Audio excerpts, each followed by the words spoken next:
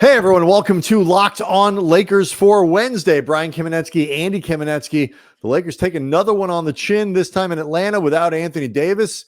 Are we back on Darvin watch? That's next. You are Locked On Lakers, your daily Los Angeles Lakers podcast. Part of the Locked On Podcast Network, your team every day.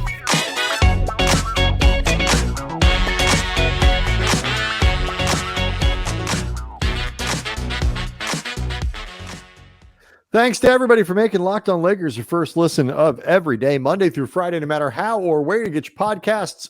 This one is always free. It is never behind a paywall because we do not want you people out there to have to pay money to vent and get angry and hear all the news that's going on with the Lakers right now as the slump continues. They drop below 500, now 24-25. Locked On Lakers on YouTube is where you can go hang out with over 22,000 subscribers, all angry about the stuff that I was just talking about.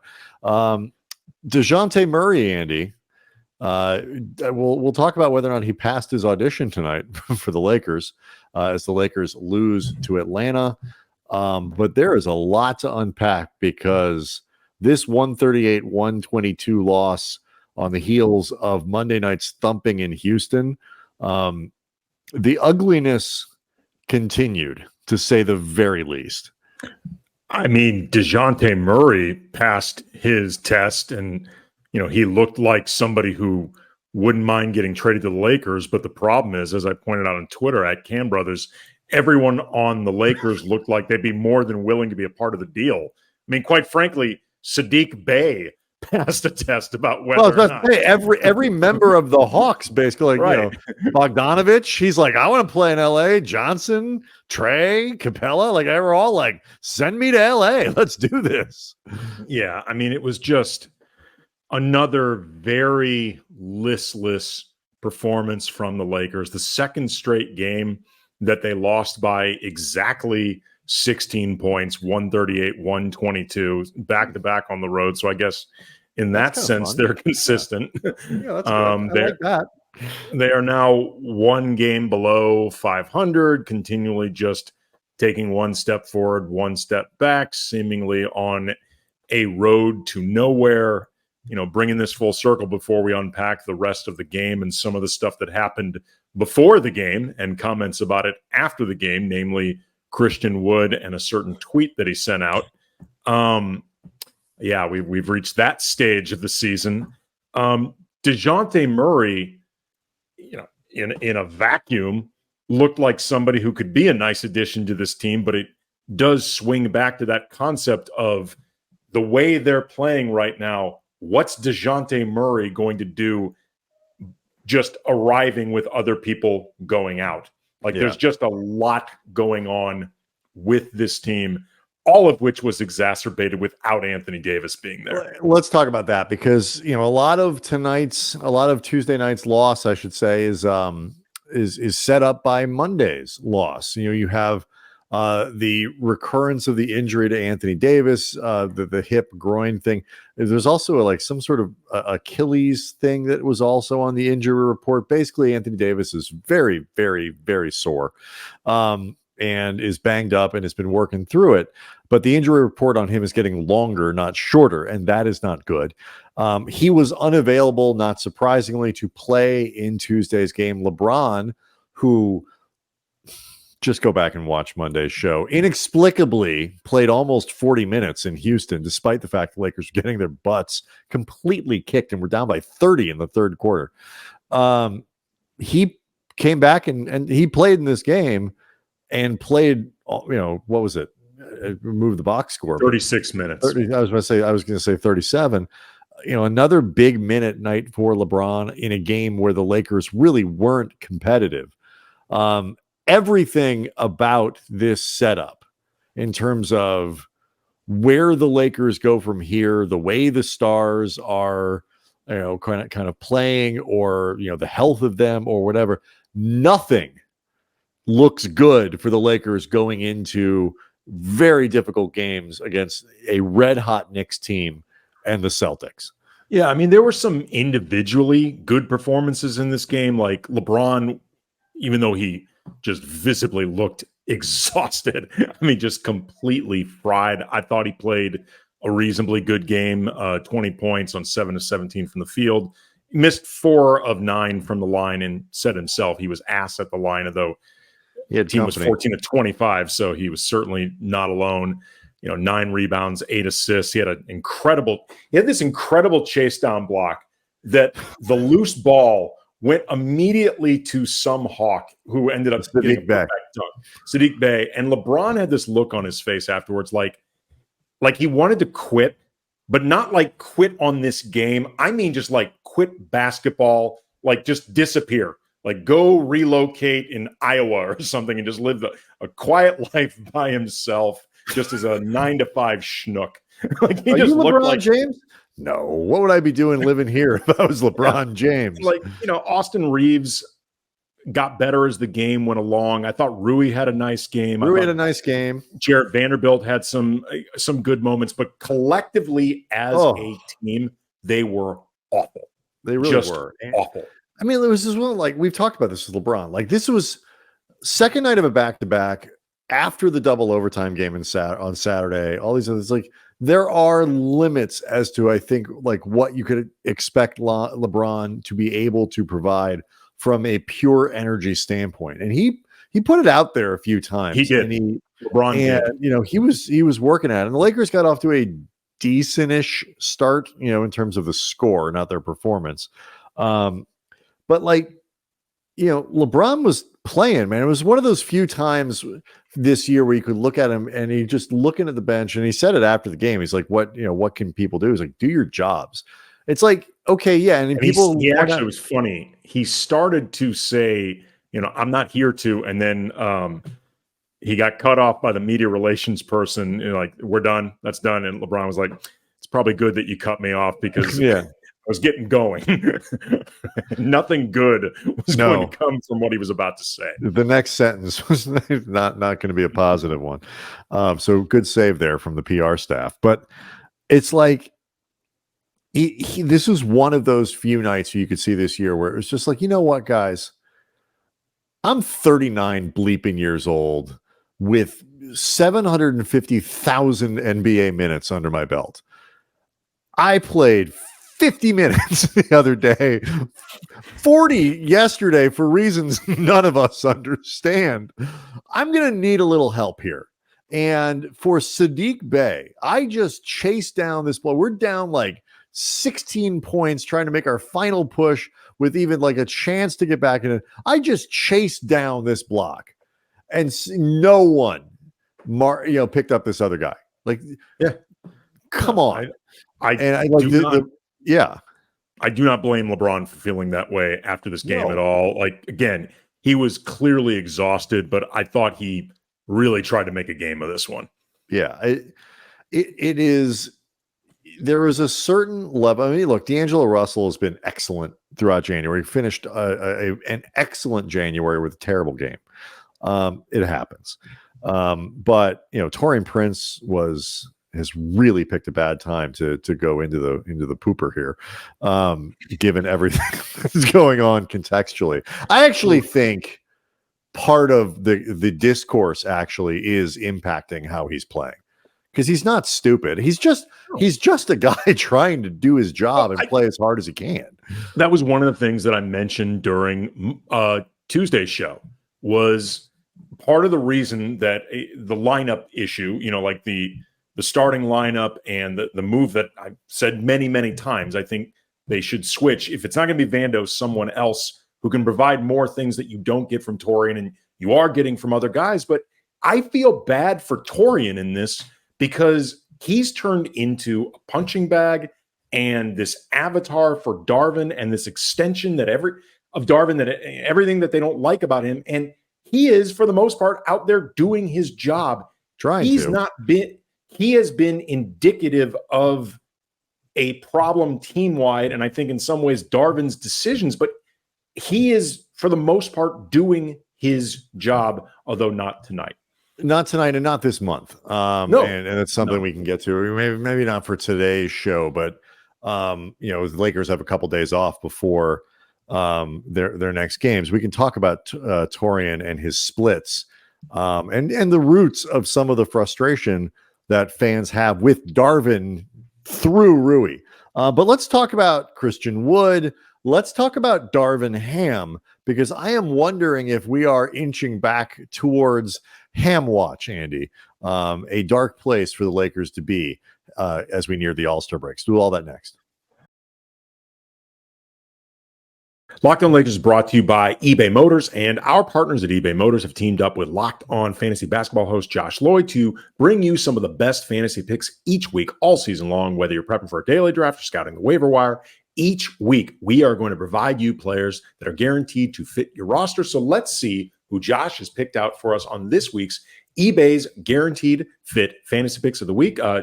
Current friend, Jarred Vanderbilt. They've been getting a lot of stats, even like a night like tonight. Jarred Vanderbilt, 12 points, 4 rebounds, 3 assists, 2 steals, 6 of 6 from the field. So, kind of like I've described Jarred before as a bit of a poor man's Lamar Odom. And in a lot of ways, I think you get those kind of lines from Jarred Vanderbilt, and his minutes have been going up. Also, old friend Josh Hart with another old friend, Julius Randle, out with a separated shoulder for the Knicks. Josh Hart could be getting extended minutes. And a triple-double on Tuesday. Yes, he did. Josh Lloyd from Locked On Fantasy Basketball is going to help you win your fantasy championship. And eBay Motors knows a championship team is about each player being a perfect fit. Same with your vehicle. And had I have known about eBay Motors back in the day when I had a car before that kind of let fall to crap and it ended up catching on fire, I would not have had to deal with all this. There was over 122 million parts for my number one ride or die then just waiting for me. Brake kits, LED lights, even fire extinguishers, whatever your baby needs, eBay Motors has it. And with eBay Guaranteed Fit, it's guaranteed to fit your ride the first time, every time, or your money back. So keep your ride or die alive at ebaymotors.com. eBay Guaranteed Fit, only available to U.S. customers, eligible items only, exclusions apply.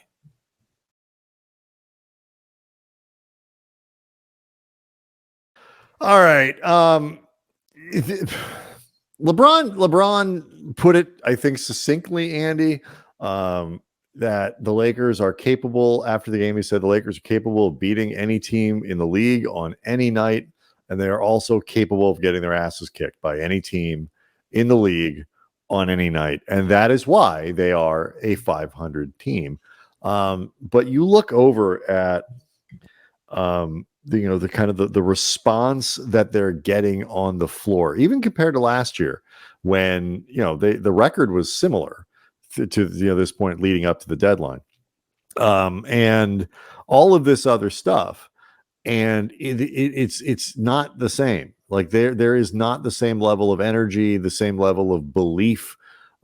They don't look like a team that particularly believes in their coach, and their coach does not speak or appear to be the guy who believes that his players believe in him. And that is why, Andy, I think we are back into Ham watch. At least it's a funny name for a situation that's not particularly funny at all. Side note on that, before we even get deeper inside the bones of Ham watch, the hawk, if you will.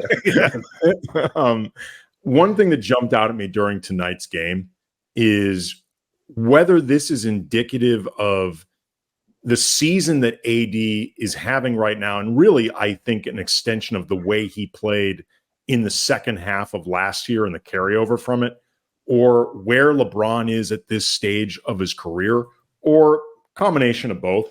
But this team now is officially far better equipped to play without LeBron than they are without AD.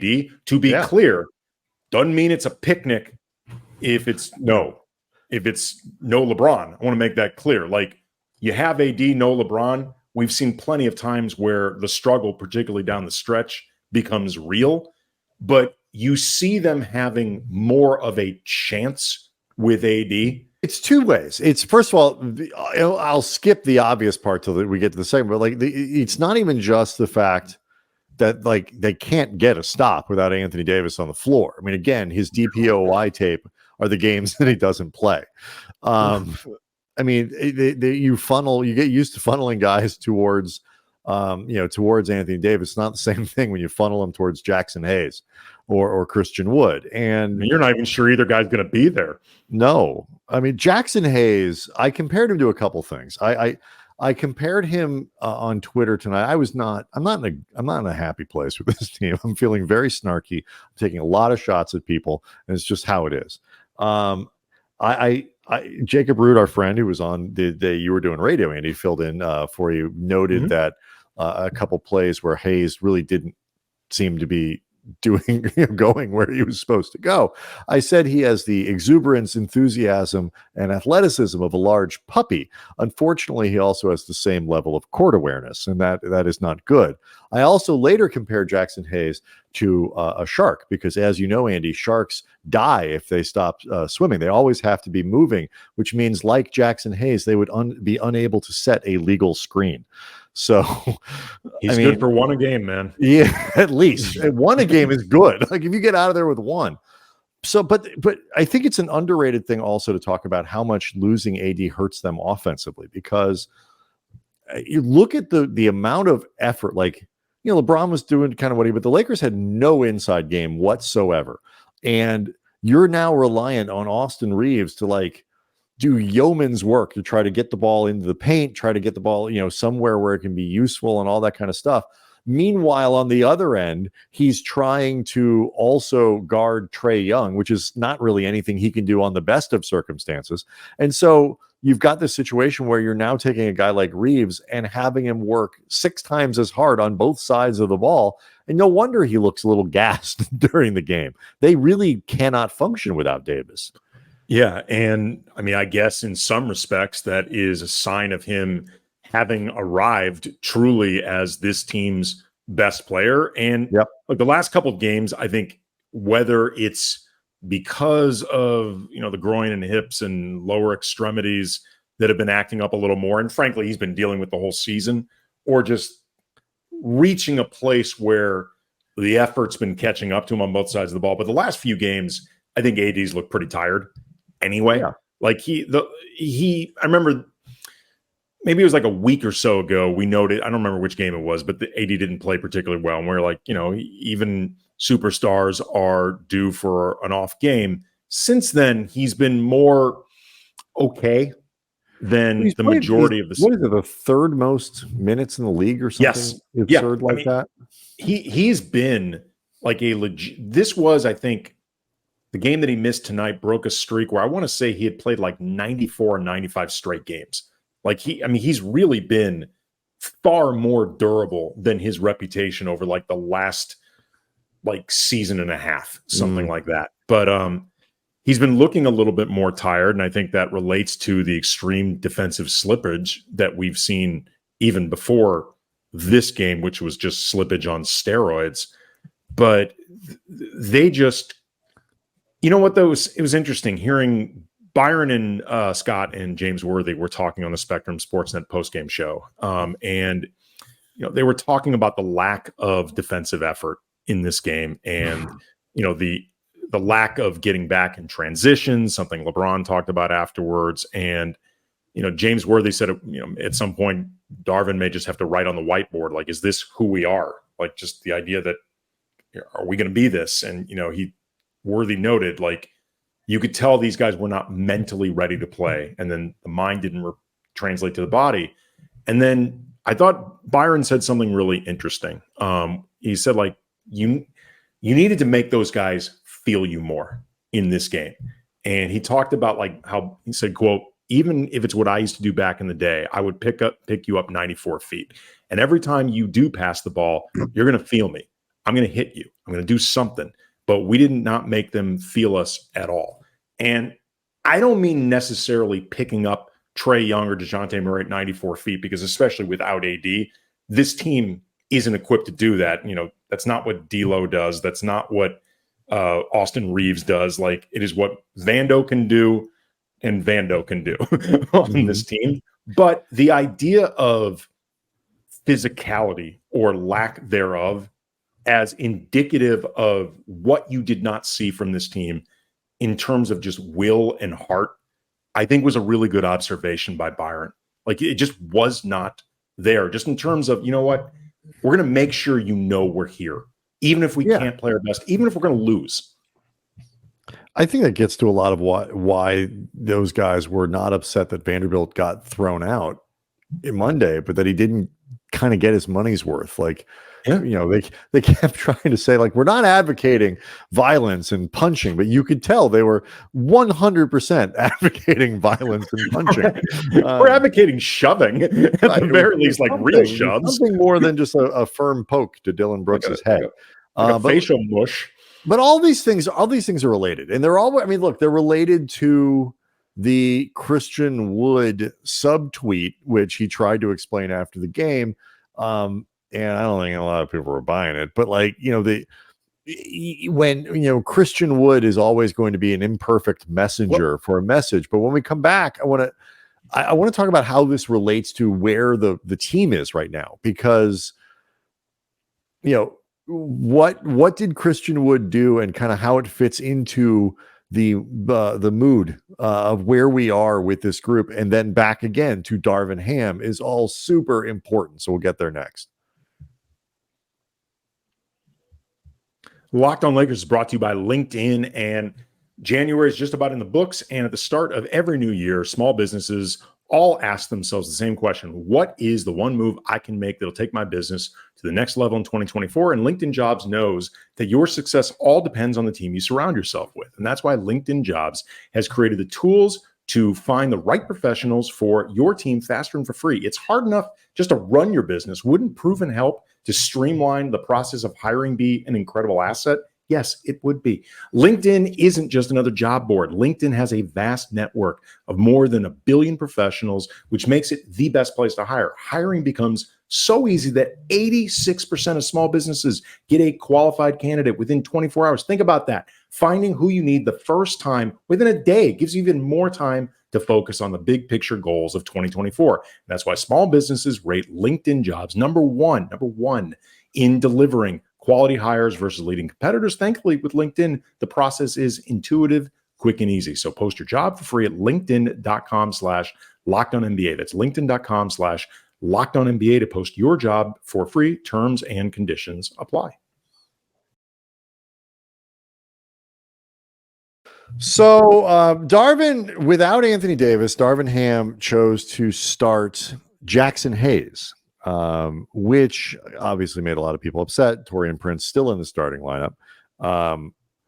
This actually is a defensible one. Most coaches will do the thing where they try to make an absence as less disruptive by not taking the backup, putting the start. You just keep the rest of the rotation the same. You take the third guy, put him in one, and you go. That apparently wasn't what Christian Wood thought, and he just tweeted out before the game, LOL. Most people took that as an indication that Wood was lolling at the starting lineup choice, and Jackson. He did this like 35 minutes before the game, just to make sure everyone knows. He didn't tweet this out at like 9 a.m. and people are reading super deep into it. No. Darvin was asked about it after the game and basically kind of brushed the question aside. I'm not on social media. I didn't see it. But he did then say we all have to man up and do our jobs. I think Darvin was very aware of it. And then Christian Wood was asked about it after the game and tried to explain it away, I guess. I have Christian's exact words. He said, quote, "I meant to quote something," as in quote tweeting, but I didn't have the quote. I thought I did, and I just pressed send. I couldn't check. And then he said he couldn't check the phone because he had to go back on the court. And then he said, quote, "It was an accident. I didn't mean, I just looked at it now. I didn't mean it came off a certain way. I didn't mean it that way." He said later, "I understand what it looks like. Not basketball related. Definitely not basketball related."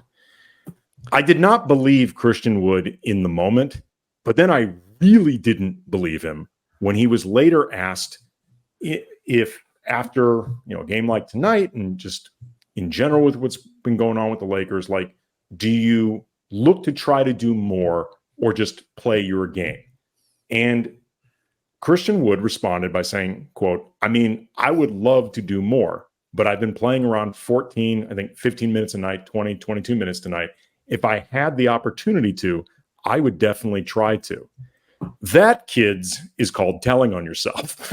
Because if you're trying to sell people on what I believe was a lie that you got caught in, the response to that question is the very boilerplate standard, I can always be better. Yep. Like, that's the response you give. I can always be better. The worst possible response to, I mean, just that question in general, it's not a great response, but especially on the heels of trying to convince people that no, you were not subtweeting Darvin Ham about not starting, is, well, look, man, my hands are tied. What more can I do? I'm only playing 14 minutes a night. I'm doing my thing. Maybe Who's got two thumbs and is doing his job? This guy. I mean, look, some of these other bum asses playing 20 to 30 minutes a night, go talk to them. And go talk to Taurean Prince, who's playing 30 minutes a night, no matter what happens. So, but I don't believe him. No, I didn't either. And look, Christian Wood does not exactly have the moral authority, I think, to be lolling at and subtweeting the coach. But let's, particularly on the heels of a game in Houston where he was terrible, like god awful.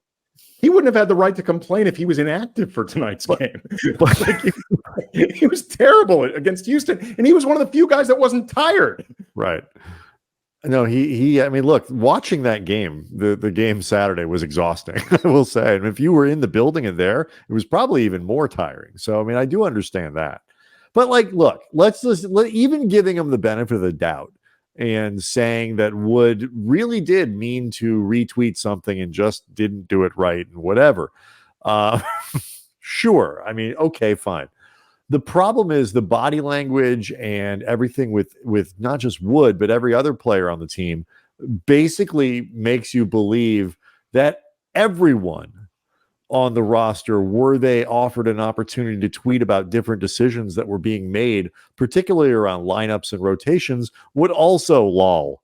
That would be their tweet as well. And that is problematic. So Wood is an imperfect messenger for a message that it looks like increasingly a lot of players on the team feel. Yeah, I mean, one of the things that jumped out at me, I mean, Christian Wood by himself is not a massive issue. I mean, if they needed to, he's easily cut. And, as he let us all know, he's only playing 14 or 15 minutes a night. So what are we clinging to? He is expendable by the way he's framing it. But what jumped out at me from this was two things. First of all, he and Darvin Ham have a relationship. Like, Darvin recruited the bleep out of Christian Wood to get him to come here on a vet minimum because of the time they had spent together. Which team was it? Milwaukee. Milwaukee. 14 few games or something, right? Something like that, but they were magical. And they have a relationship, but also too, that Wood felt comfortable tweeting this, because if things were okay, the response from other players is going to be, the hell, dude? Shut up. This is your role. Shut up. If things are going okay, that you feel comfortable putting that out there, knowing how it's going to be interpreted. To your point, that speaks to something that is not good. And we had technical difficulties, lost Brian. He's having some internet issues. So I'm just going to land the plane by myself. It's just starting to feel, as I said, like this team's frustration with their situation and also with Darvin Ham and decisions that are being made, strategies being implemented on both sides of the ball. Just, it's starting to feel like they are coming out more and more in the open, if for no other reason than these guys are aware of the narratives surrounding this team. They are, like all of us, creatures of social media. They are creatures of sports media. They know what is being said about them by the pundits, by the fans, by the armchair analysts like me, Brian, whoever. They know all this stuff, and they know the heat that Darvin Ham is feeling right now. and you don't hear anybody ever really taking up for him. Like, he's not being outwardly thrown under the bus or outwardly undermined, but it does not feel right now like this locker room is in a good place. They are all hyper aware that change could be afoot. They are probably also hyper aware that Rob Pelinka does not have a ton of quality cards to play at the negotiating table. Like, they are all aware that things are just going badly at the moment, but beyond the things that they can try to fix individually, it just increasingly feels like this is a team that is either tuning out their coach, has lost faith in their coach, or both. And things need to change quickly, or else the Lakers may be in a place where they are put to some extremely unpleasant, difficult